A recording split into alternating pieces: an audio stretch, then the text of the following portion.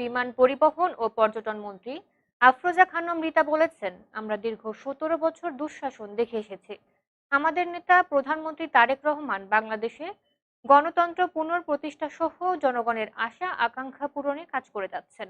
আপনাদের সকলকে ঐক্যবদ্ধ হয়ে কাজ করতে হবে। তিনি আজ শুক্রবার বিকেলে নাটোরের নলডাঙ্গা উপজেলার ৪ নং পিপরুল ইউনিয়নের পাটুল বাজারে বিশাল জনসভায় এসব কথা বলেন। এ সময় অন্যান্যের মধ্যে উপস্থিত ছিলেন জাতীয় সংসদের হুইপ নাটোর ২ আসনের সংসদ সদস্য অ্যাডভোকেট এম রুহুল কুদ্দুস তালুকদার দুলু, পর্যটন কর্পোরেশনের চেয়ারম্যান মোহাম্মদ শামীমুজ্জামান, বিএনপির নেত্রী সাবিনা ইয়াসমিন ছবি, জেলা পরিষদের চেয়ারম্যান ও জেলা বিএনপির আহ্বায়ক রহিম নেওয়াজ, জেলা বিএনপি ও বিভিন্ন অঙ্গ সংগঠনের নেতাকর্মীরা।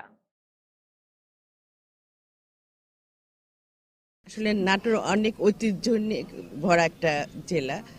আমাদের এখানে সবাই, আমরা এখানে আছেন মাননীয় সংসদ সদস্য দুলু ভাই এখানে আছেন।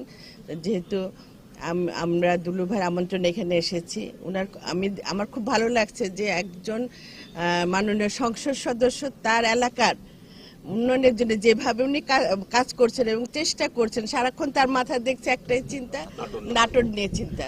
সেই নাটোরকে তার উদ্দেশ্যেই এখানে আসা।